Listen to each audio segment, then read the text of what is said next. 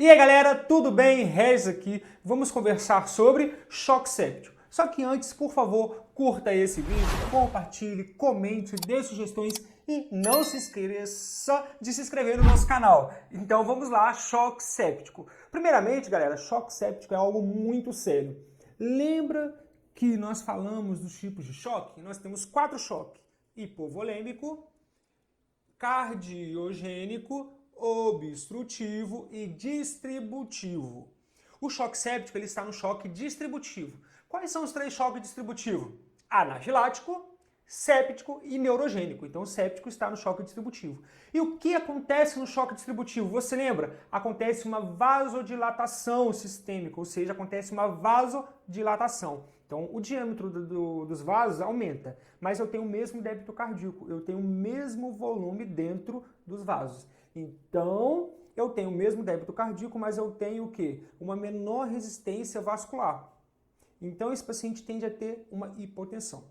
Mas preste atenção, vamos lá. O choque em si não é hipotensão, não é pressão baixa. Choque é um estado de hipoperfusão, disfunção orgânica, onde há um desequilíbrio entre a demanda e a oferta de oxigênio. Ou seja, eu entrego menos oxigênio do que as células precisam.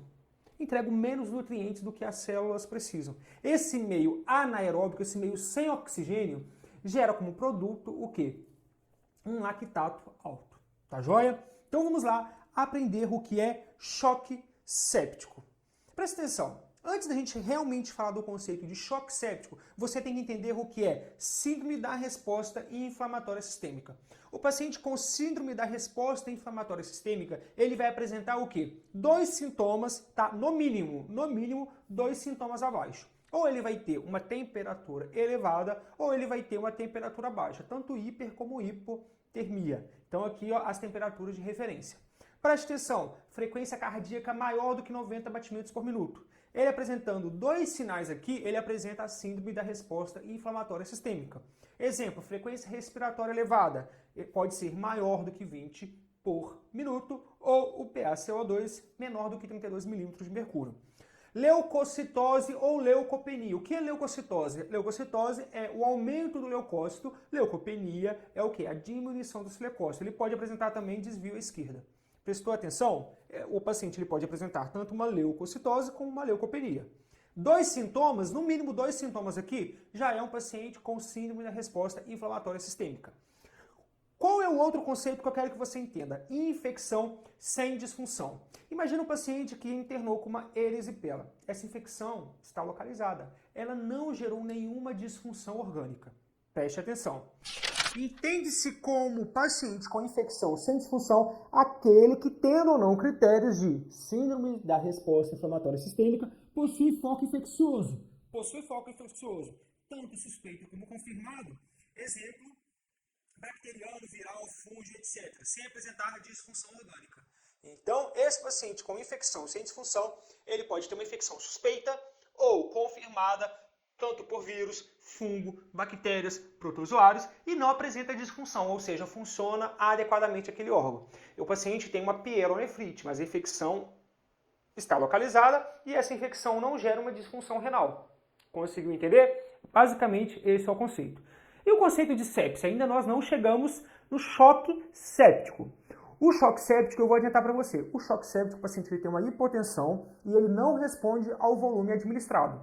Ou tem que entrar com uma vasopressina, uma norepinefrina, para que esse paciente mantenha uma pressão arterial média maior ou igual a 65 milímetros de mercúrio. Isso é o choque séptico. O que é sepse, então? É uma disfunção orgânica causada por bactérias, vírus, fungos ou protozoários. A sepse, galera, ela é causada por vírus, fungos, bactérias ou protozoários. Normalmente a gente acha que a sepse é causada só por bactéria. Não. Lembra da pandemia? A pandemia tinha como agente etiológico o quê? Um vírus. Esse vírus gerava sepse. Quantos pacientes evoluem a óbito por choque séptico? Causada pelo vírus. Tudo bem? Então o vírus também causa sepse. Olha aqui. O paciente apresenta hipotensão arterial, pressão arterial sistólica menor que 90 ou PAM menor que 65. Ok? O paciente apresenta oligúria, ou seja, diminuição da produção de urina, porque ele recebe menos sangue, onde? Nos rins. Então o rins não consegue fazer a filtração glomerular, então ele não vai produzir urina. Então basicamente o paciente vai ter uma hipotensão e ele vai ter uma oligúria, menor produção de urina. Se os rins não funcionam bem, não produzem urina, ele vai ter um aumento do quê? O aumento da creatinina, ok? Esse paciente vai ter uma PaO2 FO2, ou seja, relação PaO2-FO2 menor do que 300, ok? Necessidade de O2? Necessidade de O2 para manter a saturação maior do que 90, ok? Então, o que é a saturação? Coloca o oxímetro no dedo, faz a leitura, está maior do que 90%. E essa saturação mantém 90% com oxigênio, é um sinal de sepse. Olha aqui, lactato acima do valor de referência. Lembra, esse lactato é gerado por um ambiente anaeróbico, um rebaixamento do nível de consciência, esse paciente está agitado, confuso, está com delírio, é um sinal de sepse. Aquele paciente que você chega na enfermaria, ele começou a ficar desorientado, ele não está respirando adequadamente, ele precisa de oxigênio para manter uma boa saturação, já é um sinal de alerta. Aumento significativo da bilirrubina. Exemplificando aqui, um paciente internado na enfermaria, aquele paciente idoso. Você observa que ele está produzindo menos urina, a pressão está baixando, ele precisa de oxigênio para manter uma boa saturação, já é sinal de alerta, ok? Então preste atenção nesse senhor. Agora realmente a gente vai chegar no foco da aula, que é choque séptico. Choque séptico é a hipotensão não responsiva à utilização de fluidos. Vem comigo. Imagina aquele paciente idoso da enfermaria que está com hipotensão, está oligúrico, está desaturando, está no uso de O2. Esse paciente foi transferido para uma unidade de terapia intensiva. Foi prescrito volume, ringer lactato para esse paciente. E a pressão arterial dele não subiu. Se a pressão arterial não subiu após a administração de fluido, de ringer lactato, por exemplo, esse paciente está em choque séptico. Entrou vasopressina, entrou norepinefrina, para que a pressão arterial média desse paciente, olha, manter-se em 65 ou acima de 65 milímetros de mercúrio. Esse paciente está em choque séptico, independente do valor do lactato. Simplificando, o paciente foi transferido para UTI. Foi feito o volume, não respondeu. Se ele não respondeu, ele está em choque séptico. Ou entrou uma norepinefrina, uma vasopressina, para que a pressão arterial média subisse acima de 65 milímetros de mercúrio ou ficasse igual a 65. Paciente em choque séptico, independente do valor do lactato. Conseguiu entender? Hoje nós sabemos também que lactato e vasopressina, choque séptico, tá bom? É isso aqui que você tem que se atentar. Vamos falar que é muito importante você entender cada tópico desse. Pesquisa antimicrobiana. O paciente está com choque séptico causado por um fungo, por uma bactéria, por um vírus ou por um protozoário. É importante que pesquisar o que está causando essa infecção, o que está causando esse choque séptico no paciente. Então, de imediato ali, às vezes, o intensivista, o médico vai prescrever um antibiótico de amplo espectro, saindo o resultado da cultura, vai prescrever, mudar o antibiótico direcionado para aquele agente que foi coletado, que apareceu na cultura do paciente, a pesquisa antimicrobiana. E como que é feito? Coleta a hemocultura, ou seja, coleta dois frascos de sangue, ou seja, coleta em dois sítios diferentes, braço esquerdo, braço direito, ou no braço e na perna, tem que ser lugares diferentes. Então coleta a hemocultura em dois sítios diferentes.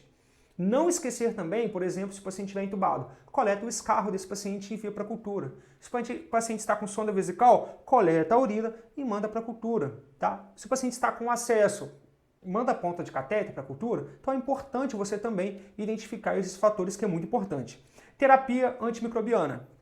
O quanto antes entrar esse antibiótico para o paciente, maior a sobrevida, maior a chance dele viver. Quanto mais demorar para entrar o antibiótico no paciente, menor a sobrevida desse paciente, menor a chance dele viver, ok? Então, é importante o quê? Entrar com esse antibiótico no paciente. Só que eu só vou entrar nesse antibiótico depois da coleta da cultura, depois da coleta de sangue, depois da coleta de escarro, depois da coleta de urina. Porque se eu fizer antes, vai atrapalhar. Vai atrapalhar no resultado. Então, eu faço depois, tá? Que eu coleto a hemocultura, que eu coleto o escarro. Só que se porventura essa coleta estiver atrasada por algum motivo, o importante é fazer o antibiótico, porque é o antibiótico que vai salvar a vida do paciente. Tá joia? Vasopressores. A gente está falando aqui da vasopressina, estamos falando da norepinefrina, dos vasoativos, tá? Daqueles medicamentos que vai causar a vasoconstrição e aumentar a pressão nesse paciente.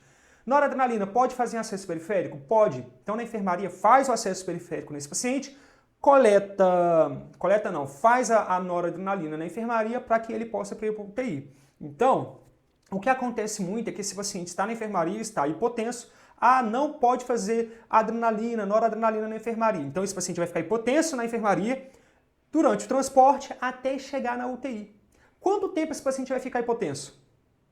Imagina, hipotensão gera lesão, hipotensão gera morte. Quanto mais tempo hipotenso esse paciente, menos perfusão esse paciente vai ter.